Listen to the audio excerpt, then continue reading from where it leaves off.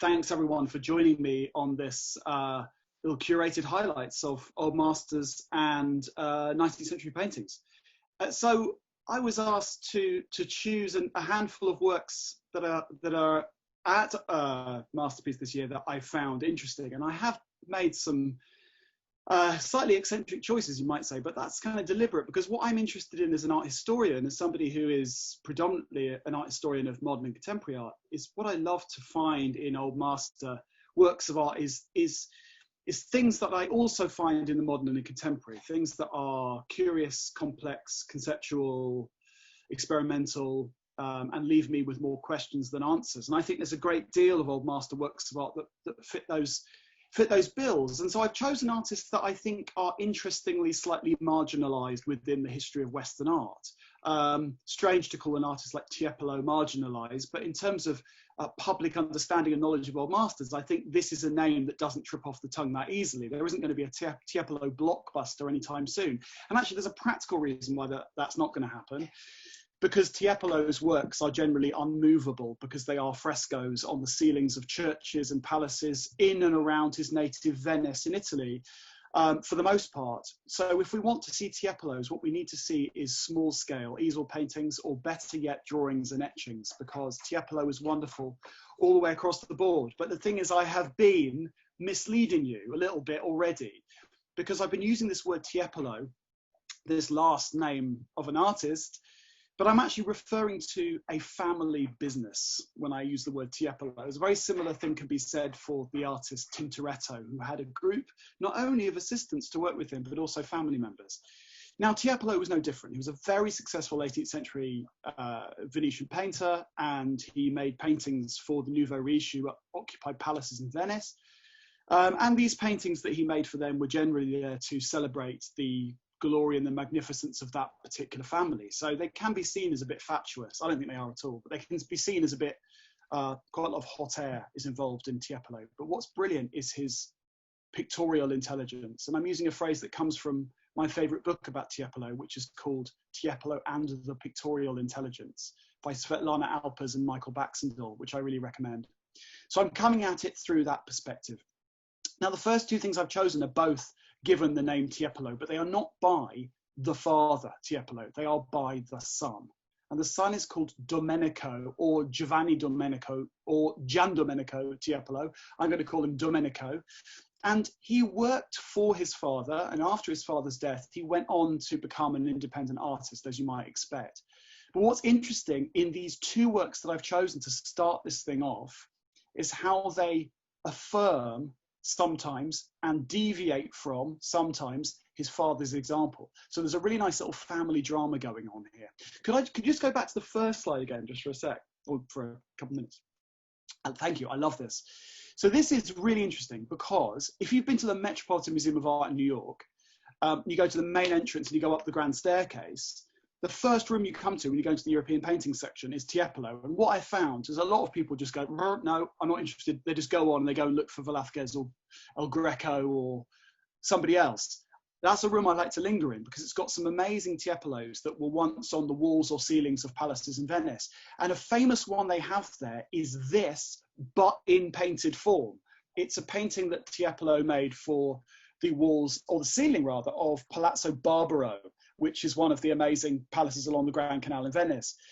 Now, this is obviously not the painting. This is an etching that was made by his son based on his father's painting. Now, the thing that's really exciting and interesting about it is that the original painting is absolutely huge.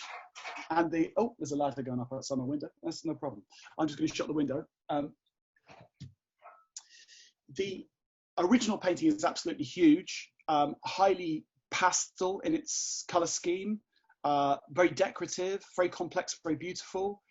His son made a smaller version of it, much, much smaller, but it is something that maintains that very sensual kind of complexity of the original painting. So it is the son kind of not transcribing his father's work, but making something that is very closely related to it. However, which is, I think it's incredibly beautiful, but however, in the other one, can you go to the second slide, please? Thanks. In this one, this represents for me the real break between father and son, because you have the father's work, which is full of fantasy, full of invention, full of decorativeness, full of colour and light. And here you have the son's work, which is much more gritty, much more physical, and much more sardonic in its character. So this is a study of dwarfs and dogs. I should say that both of these are by Domenico, and both of them are at Hillstone ink. Both of them are etchings. This one's quite different. Now, this is based on a work by his father, so you have to bear that in mind a little bit. But what's really interesting is the fact that it's got this really weighty kind of quality to it. It's very volumetric. If you look at that dwarf on the right-hand side, the way he's represented gives him a really sculptural like physicality, which is not the same in the other one. Now, Domenico's work is much more of that kind of Goya-like grittiness that you would expect to see in an artist in the late 18th and early 19th centuries. In other words, there's a totally different atmosphere. The atmosphere in the first etching I showed you is much more about a celebration of a kind of family dynasty, let's say the Barbaros. Here, this is much more playful. Now, it's not just that it's a picture of dogs and dwarves that are associated with a kind of courtliness and this idea of play, but the actual etching itself is playful. The fact that there's no clearly defined space really appeals to me, and I think it's very interesting. The fact that it's hard to tell what sits with what, the fact there's a really interesting disembodied arm in the top left corner between those two dogs, that to me, you might say, well, it's just because he was trying out various different things on one page. That could be true, but what's really interesting is the fact that it's resulted in a work that actually looks kind of very modernist. It looks very disjointed and kind of fragmentary in a way that I think is really, really appealing, certainly for me as a kind of modern viewer of the work. Could we go to the next one, please? Now, you know, this, if you are somebody who loves 19th century painting and early 20th century painting in Europe, this kind of thing is going to jump off the wall at you because it's an unfinished painting. Now, it's wonderful. I mean, so some art historians get very upset about stuff like this. No artist, we don't know who the artist was. We don't know what the title of the painting is. It's called Unfinished Painting. Of course, it wasn't called Unfinished Painting when it was made. It probably had some sort of title, or maybe because it wasn't finished, it was never given a name. So it was always been untitled. But it's at Axel Vervoort Gallery, and the date is 1890, which is an interesting date because it's around that time that the notion of there being something of interest in a work of art that is unfinished starts to gain currency.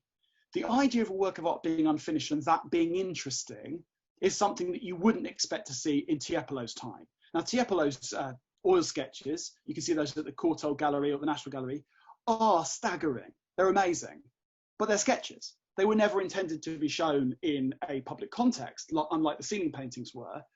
But a work like this is unfinished. Clearly, it's intended to be a finished painting, but because it wasn't finished, it speaks to a certain kind of aesthetic that you might associate with Impressionism or something like that. In fact, it's thanks to the existence of Impressionism, which is a movement that, as far as I'm concerned, recognized no difference between a sketch and a final painting. That's one of its really important legacies in the history of painting. It's because of Impressionism that we are then able to look back in time and look at works of art that are unfinished and see value in them. Now, something that I've often noticed, and some of you may well agree with this or may well have had this experience yourselves, is if you go to the Accademia in Florence, the amazing gallery which has Michelangelo's David, many people say, do you know what, I actually prefer the unfinished sculptures to the finished one, because there's something about an unfinished work of art that provides a greater insight into the artist's working practice and maybe even into themselves as a person.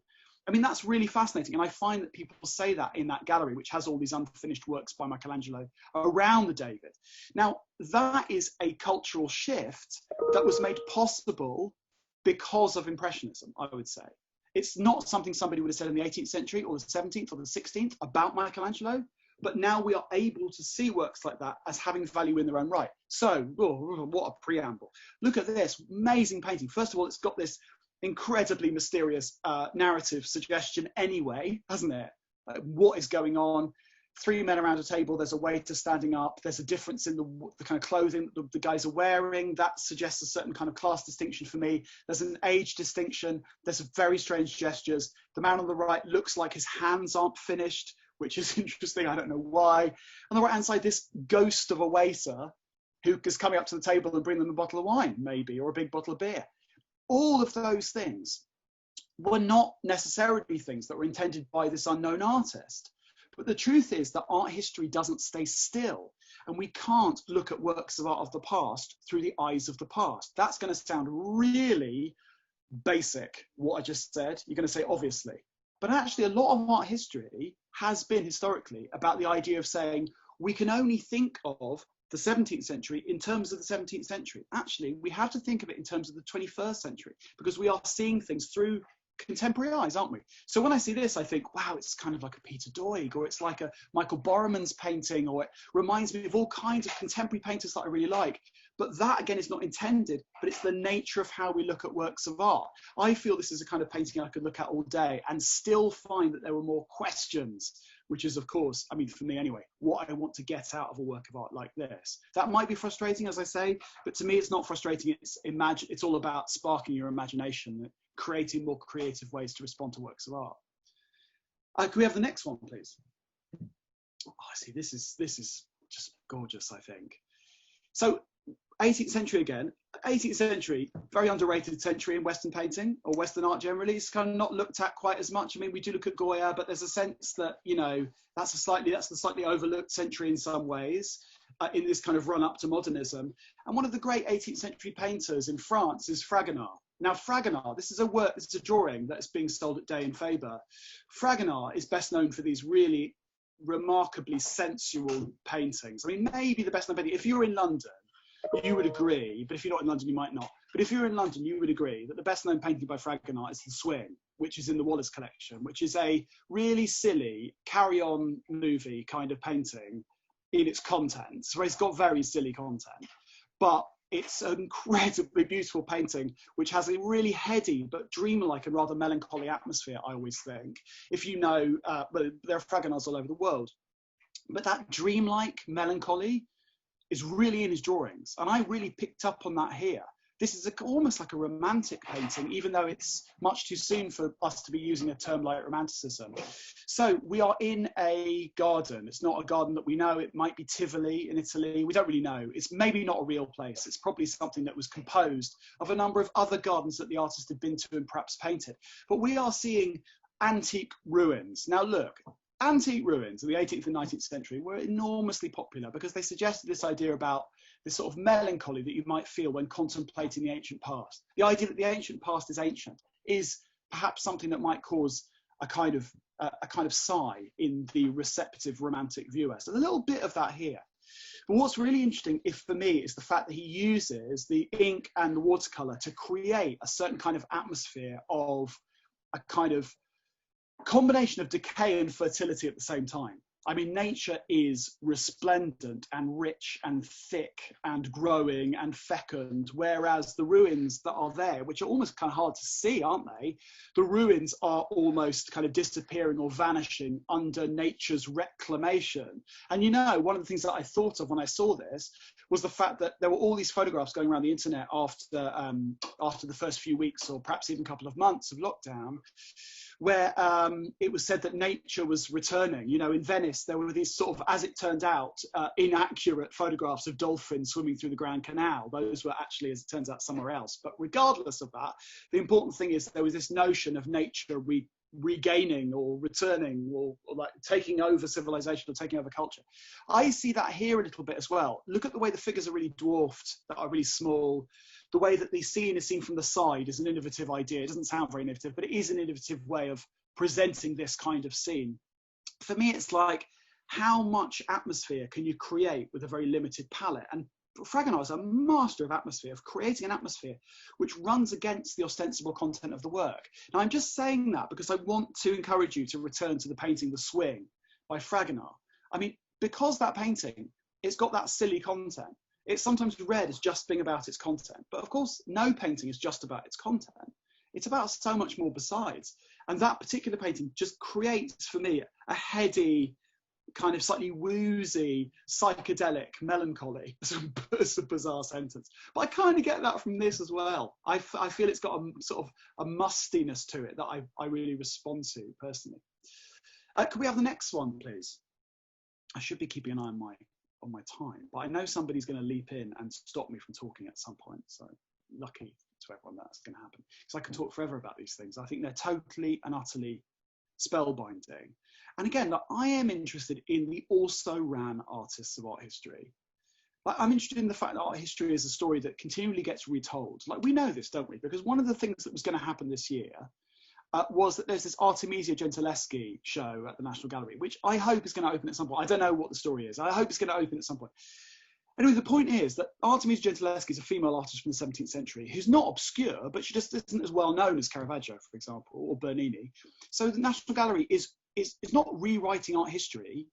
That's not the way to read it. It is the art history. The National Gallery is saying art history is something which is constantly alive and always needs to be looked at again, reassessed, and thought of again through 21st century eyes. That is the nature of it. So this is not a female artist. None of these are female artists. That's not intentional. That's just the way the works shook out, I'm afraid. But this is a really interesting article, Boudin. Now, this is at Dickinson. Now, if you look up Boudin on the internet, you will find the sausage before you find the artist. That tells you something, doesn't it? The Boudin sausage, like a blood sausage. Very good, very delicious. This is not the weather for a Boudin particularly. But Boudin is a less well-known artist who's always associated with Monet. The reason why he's associated with Monet is that Boudin and Monet painted side by side. Now, a lot of artists did that at the time, but Boudin is not technically speaking impressionist. He's an artist who made a lot of beach scenes. He was from Normandy. This is Trouville, which is in Normandy. He painted beach scenes. His father was an admiral or a sea captain, and I think that might be a bit too much. But anyway, he was a naval man, so he had a lot of images of boats and things like that. The work is really interesting. It's very low key. But he didn't show with the Impressionists, so he's not considered an Impressionist, but he might as well be, because he's painting outside and he's painting quickly. And why do Impressionists paint quickly? Because Impressionist painting is about sensation. It's about phenomenology. It's about the experience of a place. It's about the sensory experience of a place. Now, as we know, senses are fleeting. Senses pass. Sunrise, sunset, clouds move over. If you want to paint a fleeting sensation, you've got to paint in a quick way. So Boudin is to be imagined sitting on the beach at Trouville with his easel, with his paint coming in tubes, which is quite a recent invention, and painting this weird painting. And what weird? What do I mean by weird? Boudin is painting a painting which doesn't immediately allow you visual access. And I find paintings like that really interesting. I think it's a 19th century thing. I've seen it in 18th century painting as well. So what we've got effectively is three bands. We've got a band of grey-blue at the top. We've got a band of mostly black and dark brown in the middle. And we've got a band of kind of dirty yellow at the bottom. So it's like a Rothko. Sorry, it is a bit like a Rothko, a little bit. Because it's structured in a very particular way, like an abstract painting. And partly because gaining access to it is quite hard visually. Because there isn't a single vanishing point, your eye sort of gets kind of bumped across the surface, I think. And Buddha doesn't allow you necessarily to sink yourself into the painting imaginatively. He slightly puts you at a remove. And that, I think, is really interesting. Now, you can certainly say, well, this is a painting that's about experience, right? It's a painting that's about the experience of a beach, but a modern experience, because this is a modern scene. This is not a scene that would have happened 50 years before this. People in these kinds of clothes doing this kind of thing collectively on a beach is a modern notion. Going to Trouville by train from Paris, for example, it's all about the modern world, totally modern. But another thing that's modern about it, this is what I want to make clear if I can, another thing that's modern about it is the fact that there is a resistance to the viewer's kind of eye, or the viewer's engagement with work, if that makes sense. In other words, what I'm seeing here is a screen of bodies that I can't quite access imaginatively, but also very, very visible paint that keeps reminding me that it's paint. It keeps saying, I'm not trying to be a parasol, I'm just paint. Now, all of those are modernist ideas. All of those are ideas that come about in 20th century understandings of Impressionism. But I do think those are very, very valid notions. Now, a really nice companion piece to this is a painting in the National Gallery by Monet, which many of you may know, which is called The Beach at Trouville, which was painted by Monet side by side with Boudin. In fact, it shows Madame Monet and Madame Boudin posing for Monet. And what's remarkable about that, and what makes that such a lovely companion to this, is that it's got flecks of sand stuck to the surface because the oil paint was wet, and it was a windy Normandy beach. So bits of sand got stuck to the surface. That's a very exciting moment, I think, when you see that in the painting in the National Gallery, when you think, oh wow, this is not a painting made in a studio, locked away from the world. This is a painting made in the world. It's a painting made in the world of conversation and the world of socializing and the world of swimming and the world of travel. In other words, the studio doors have been cast open and the world is being allowed to blow a breeze into the studio. I mean, that's a totally modern idea. And that's what makes this painting, which looks kind of unprepossessing in a lot of ways, I would say, like a lot of Boudin's work does. It's what makes it, I think, a particularly exciting example of a modern way of thinking about painting and what painting can do and what painting can speak about. Painting can speak about modern experience. Let me just say as my last thing, because I've got questions, but what's the last thing? The idea that painting could speak about modern experience was a pretty radical idea, because the notion of something ancient, something traditional, being able to contend with the modern world is a kind of enormous triumph for painting. It's a huge triumph to get around photography. It's a huge triumph to be able to say, we can still use oil and canvas and we can still find ways to evoke an experience that just in this particular case happens to be modern. So Boudin's wonderful. There are a number of works a bit like this in the National Gallery's collection. He's really worth looking at. The works I've chosen, I've got works on etchings, a couple of paintings, and a drawing or a watercolor painting. All of these are works that appealed to me because they are very slightly kind of marginal and they're odd and they're things that might be overlooked, but they are, I think, particularly fascinating. So I'm going to look at your questions now. Hi Ben, given the importance of authorship, how does one value a painting whose author is not known? Thanks, Francesca. Francesca, you have touched upon a very, very important idea, which is something that, again, I think a dealer would have to do. I mean, valuing a painting whose author is not known is an almost impossible task. But what one can do is one can create, as that gallery has done, a fairly stable dating for that work, which means that you can think of it in terms of other artists who are like that from that particular period. So that's a way that one can, I would say, approach some sort of confident valuation for a work like that. But it's very, very tricky, of course. Anna, dear Ben, you mentioned that we need to look at art more often through a contemporary lens rather than a historical one. But what about paintings that have been conceived as a reaction to a particular historical event? Oh, is historical context essential to our understanding of the work? Yeah, it's a really great question. Thank you for that. And in fact, it's very much something that's up my street, if you'll pardon the pun, in terms of the work that I do, is this idea of hold on, I just lost your question. I know, it's somewhere. And I think I'm also slightly answering Ingrid's question a little bit, maybe. Oh, no, not quite. Is the answer that yes, there are certainly works of art that respond to specific historical events, definitely. And I would say that every great work of art is of its time and of all time. That's quite a nice way of thinking about it. I think when you say a specific historical event, I think of something like Goya. You know, the way Goya's work is very specifically, the disasters of war, etchings, are about the Peninsular War between France and Spain. They're about that.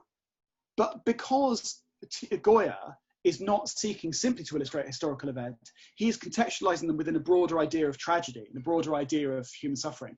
And that is a way that they can both be of their time and outside of it at the same time. I think when we look at a work of art, we look, as it were, bizarre though it sounds, with two eyes. I mean, obviously, a lot of us do. But you know what I mean? Like, we're able to kind of see historically and otherwise. I wanted to address Ingrid's question. I'd love to hear you speak more about how modern and/or contemporary artists have themselves deliberately played with our modern obsession with non-finito, which, in other words, this notion of there being an aesthetic of the unfinished. Is there something about us as consumers, viewers that shifted? This notion of us being, oh, it's so interesting, Ingrid. I mean, the thing is, right, it's about being ready.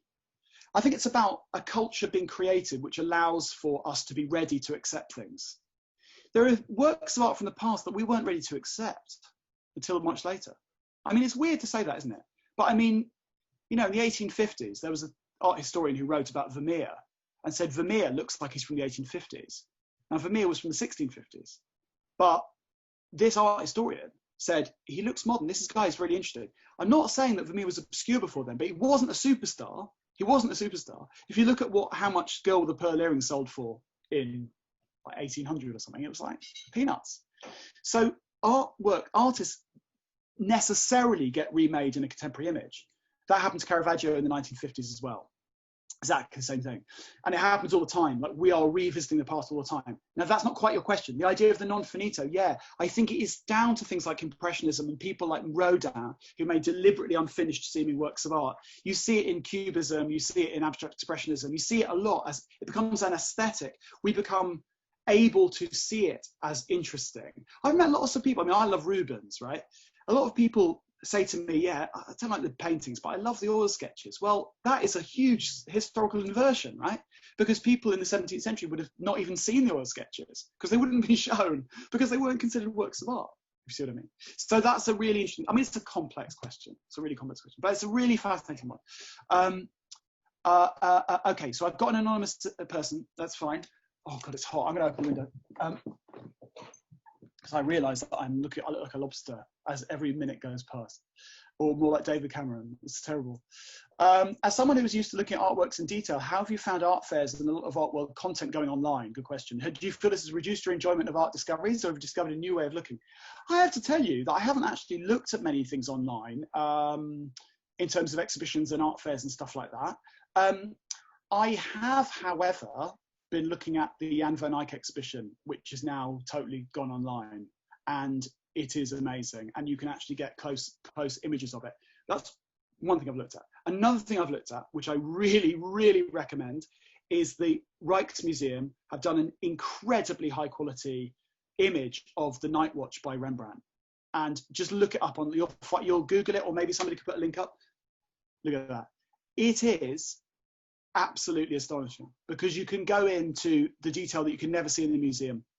You really get a sense of that painting and how it was made, and its condition, and it's just so much. So yeah, I've got a lot out of it. I think there's been some amazing things, but also I can't wait to get back to the museums. I can't wait to get back to the museums. Thank you, Francesca, for sending that link. I hope people are able to see that, to the unfinished exhibition at the Metropolitan Museum in 2016, which was a good example of the way that museums are starting to show more unfinished works of art, and they are appealing to modern audiences, but because we've got used to it. Laura, this thing about Boudin and the vanishing point, I mean, that's what I'm interested in with that painting. You know, it's such a strange painting because it doesn't allow you that vanishing point. Now look, here's my comparison for the Boudin. If you're thinking, that's really odd to make a painting like that, it is odd. I would look at the painting Music in the Tuileries, which is by Manet. It's in the National Gallery. It's not very big. And it's a painting, it's a very famous painting of lots of people, men and women, standing around in the Tuileries Gardens in Paris, listening to a concert. But it's got a very similar thing going on. It's really complex. So it looks like a sort of just nice day out for all of these upper middle class people. But actually what it is a really, really sophisticated way of playing with what you can see and how you look into a work of art and what you can see and what you can't see. Thank you very much for these really nice responses. I really appreciate it. Laura, please can maybe have more of these occasions. I'd love more of these occasions. I don't want to do it on a day like this because, I mean, in future, just because I'm so hot. But when it's nice and overcast, you'll have to speak to Masterpiece about that and find out. But I've so enjoyed it because these are really fantastic works. I think the more people that get to look at Tiepolo and think about Tiepolo, the better. Because, and you know what? When you're able to, I do recommend going to Venice and looking at Tiepolo because let me tell you, it's not going. The rooms aren't crowded with Tiepolos because he's not a cool artist. He's not what people don't rush to him, and also there are ceilings, so people don't tend to get in your eye line. Thank you so much, everyone, for coming along. Thank you so much for watching. Masterpiece are offering unlimited free access to all artworks, conversations, and content during Masterpiece Online. If you've enjoyed these curated highlights, please consider donating to the Masterpiece Cultural Fund to support museums in the UK, US, and Asia. You'll find a link to donate beneath this video. Thank you.